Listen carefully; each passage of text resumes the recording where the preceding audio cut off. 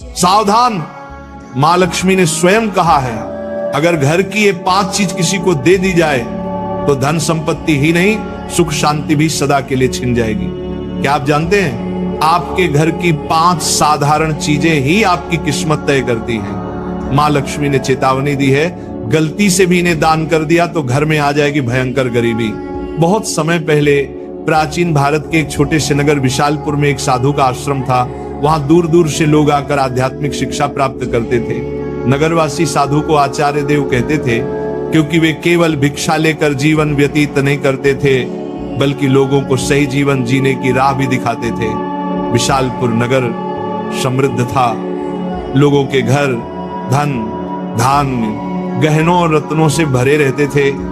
नगरवासी मानते थे कि ये सब माता लक्ष्मी की कृपा से ही है। नगर के बीचों बीच माता लक्ष्मी का एक भव्य मंदिर था। रोज शाम को वहां दीपक जलाए जाते, घंटियों की ध्वनि गूंजती और पूरा वातावरण श्री ह्रीं श्री महालक्ष्मी नमः के मंत्रों से पवित्र हो जाता। लेकिन एक परिवार ऐसा भी था जो नगर में सबसे समृद्ध होने के बावजूद धीरे धीरे कंगाल होने की ओर बढ़ रहा था। ये परिवार था वसुदेव जी का। वसुदेव जी नगर के सबसे बड़े व्यापारी थे। उनके पास सोने चांदी के ढेर थे, नौकर चाकर थे और अनाज के कोठार भरे रहते थे। फिर भी कुछ वर्षों के भीतर उनका घर वीरान होने लगा। धन की जगह कर्ज बढ़ने लगा, नौकर छोड़कर जाने लगे और घर में अशांति फैल गई। लोग हैरान थे कि ऐसा क्यों हो रहा है, आखिर माता लक्ष्मी की कृपा एक समृद्ध घर से क्यों उठ गई। वसुदेव जी भी परेशान थे। एक रात वे चिंतित होकर सो रहे थे, तभी उन्हें एक स्वप्न आया। स्वप्न में माता लक्ष्मी प्रकट हुई। उनके मुखमंडल से दिव्य आभा निकल रही थी। 4 हाथों में कमल, शंख, गदा और सोने के सिक्कों की वर्षा करने वाला पात्र था। उनकी मुस्कान शांति और कृपा से भरी थी, लेकिन आंखों में एक कठोर सत्य छिपा था। माता बोली, वसुदेव तुम दुखी क्यों हो? क्या तुम्हें याद नहीं कि धन की रक्षा करना भी एक तपस्या है? तुमने अपने घर की 5 पवित्र वस्तुएं बार बार दूसरों को देकर मेरे निवास को अशुद्ध कर दिया, इसलिए मैं तुम्हारे घर से विदा हो गई।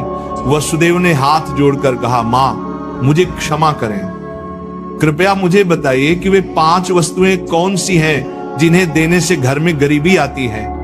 माता ने कहा, यह रहस्य मैं बताऊंगी, परंतु ध्यान रहे ये केवल तुम्हारे लिए नहीं बल्कि पूरे नगर और संसार के लिए शिक्षा है। 5 वस्तुएं कभी भूलकर भी घर से बाहर नहीं देनी चाहिए, क्योंकि ये वस्तुएं मेरे निवास की जड़ें हैं। इन्हें खोने से घर निर्धन और अपवित्र हो जाता है। इतना कहकर माता अदृश्य हो गईं। वसुदेव घबराकर उठ गए। उनका शरीर पसीने से तरबतर था। अगले दिन वे भागते हुए आचार्य देव के आश्रम पहुंचे और सारी घटना सुनाई। आचार्य देव ने शांत होकर कहा, वसुदेव ये कोई साधारण सपना नहीं है, ये स्वयं लक्ष्मी का आदेश है। अब तुम्हें धैर्य रखना होगा। माता लक्ष्मी ने जो 5 रहस्य बताए हैं, उन्हें समझने के लिए तुम्हें एक आध्यात्मिक यात्रा करनी होगी, तभी तुम्हें सच्चा उत्तर मिलेगा। और इस प्रकार यात्रा शुरू हुई। वसुदेव ने अपनी पत्नी सुभद्रा और बेटे माधव के साथ नगर छोड़ दिया और आचार्य देव के आदेश पर हिमालय की ओर प्रस्थान किया। रास्ते में उन्हें तरह तरह की घटनाएं घटी। एक गांव में उन्होंने देखा कि एक महिला अपने घर का चूल्हे की राख दूसरों को दे रही है। वसुदेव को तुरंत माता लक्ष्मी की बात याद आई। क्या राख की भी उनमें से एक वस्तु है? उन्होंने महिला से पूछा, बहन तुम ये राख क्यों बांट रहे हो? महिला ने कहा, महाराज लोग मानते हैं कि राख खेत में डालने से फसल अच्छी होती है। वसुदेव ने सोचा, लेकिन ये तो गलती है। चूल्हे की राख घर के भोजन और अग्नि का प्रतीक है। इसे बाहर देने से घर की उन्नति रुक जाती है। यात्रा आगे बढ़ी। वसुदेव, सुभद्रा और माधव पहाड़ों की कठिन राह से गुजर रहे थे। एक रात वे एक आश्रम पहुंचे। वहां एक वृद्ध साध्वी ध्यान में लीन थी। साध्वी ने वसुदेव को देखकर मुस्कुराते हुए कहा, तुम्हें लक्ष्मी माता के 5 रहस्य जानने हैं ना? ध्यान से सुनो। ये पहली वस्तु है चूल्हे की राख, इसे किसी को मत दो, ये घर की लक्ष्मी को बाहर कर देती है। वसुदेव ने प्रणाम किया और रहस्य को याद कर लिया। दूसरे दिन वे आगे बढ़े। एक गांव में देखा कि लोग अपने घर से झाड़ू निकालकर दूसरों को दे रहे। वसुदेव ने आश्चर्य से पूछा, तुम लोग ऐसा क्यों करते हो? एक युवक बोला, हम मानते हैं कि पुराना झाड़ू देने से दरिद्रता चली जाती है। लेकिन तभी आकाश में गड़गड़ाहट हुई, जैसे स्वयं माता लक्ष्मी बोल रही हो, मूर्खों, झाड़ू लक्ष्मी का निवास है। ये घर की स्वच्छता और समृद्धि का प्रतीक है। इसे बाहर देने से लक्ष्मी घर से चली जाती है। वसुदेव को दूसरी वस्तु का भी रहस्य मिल गया, झाड़ू। तीसरा रहस्य उन्हें एक कुटिया में मिला। वहां एक वृद्ध साधक बैठे थे, उनके सामने दीपक जल रहा था। साधक ने कहा, बेटा, घर का जलता हुआ दीपक या उससे जली हुई लौ कभी किसी को मत दो। ये घर की ज्योति और आयु का प्रतीक है। इसे देने से सुख शांति चली जाती है। वसुदेव ने तीसरी वस्तु भी जान ली। आगे चलते चलते वे एक गांव पहुंचे। वहां एक परिवार ने अपने घर का नमक पड़ोसियों को उधार दिया। उसी रात उस परिवार के यहाँ कलह मच गई। साध्वी ने समझाया, नमक रिश्तों की मिठास और स्थिरता का प्रतीक है। घर का नमक देना लक्ष्मी को अपमानित करना है। अब वसुदेव को चौथी वस्तु भी मिल गई, नमक। अंततः हिमालय के पास एक गुफा में तप करते एक योगी ने अंतिम रहस्य बताया। योगी बोले, वसुदेव, पांचवी वस्तु है कपड़े का कोना या पल्लू। महिलाएं अक्सर पुराने कपड़े का पल्लू काट कर दे देती हैं, लेकिन यही स्त्री की लक्ष्मी और घर की मर्यादा का प्रतीक है। इसे देना घर के भाग्य को काटना है। अब पांचों वस्तुएं स्पष्ट थी। पहला, चूल्हे की राख। दूसरा, झाड़ू। तीसरा, जलता दीपक। चौथा, नमक। पांचवा, कपड़े का कोना। वसुदेव ने कृतज्ञ होकर योगी को प्रणाम किया। अब पांचों रहस्यों को जानकर वसुदेव अपनी पत्नी सुभद्रा और पुत्र माधव के साथ नगर की ओर लौटने लगे। रास्ते भर वे मन ही मन माता लक्ष्मी के उपदेशों को दोहराते रहे। नगर पहुंचते ही उन्होंने सबसे पहले आचार्य देव के चरणों में प्रणाम किया और पूरी यात्रा का वर्णन किया। आचार्य देव ने मुस्कुराकर कहा, वसुदेव, तुम्हें अब सच्चा ज्ञान मिल गया है। इन रहस्यों को केवल अपने तक सीमित मत रखना, बल्कि नगरवासियों को भी बताओ, ताकि वे भी लक्ष्मी के अपमान से बच सके। आचार्य देव की आज्ञा पाकर वसुदेव ने नगर के बीचों बीच सभा बुलाई। सभा में नगर के लोग बड़ी संख्या में उपस्थित हुए। वसुदेव ने हाथ जोड़कर कहा, बंधुओं, मैं स्वयं अपनी गलतियों के कारण निर्धनता और कष्ट का भागी बना। माता लक्ष्मी ने मुझे स्वप्न में दर्शन दिए और बताया कि 5 वस्तुएं कभी घर से बाहर नहीं देनी चाहिए। इतना कहकर उन्होंने क्रम से सब समझाया।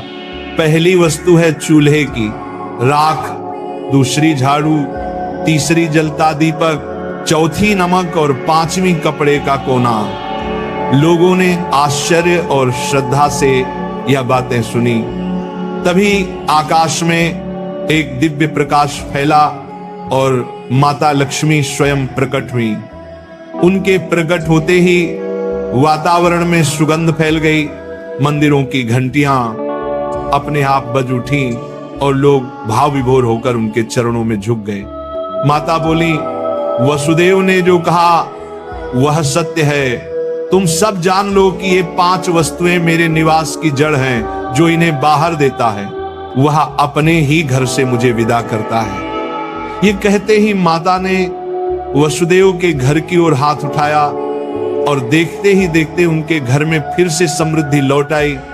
कोठार भर गए, नौकर लौट आए और पूरे घर में शांति का वास हो गया। नगर के लोग ये चमत्कार देखकर स्तब्ध रह गए और माता लक्ष्मी के जयकारे करने लगे। नगर में अब यह शिक्षा फैल गई कि कोई भी व्यक्ति घर की 5 वस्तुएं बाहर न दे। लोग अपने घरों में सावधानी रखने लगे।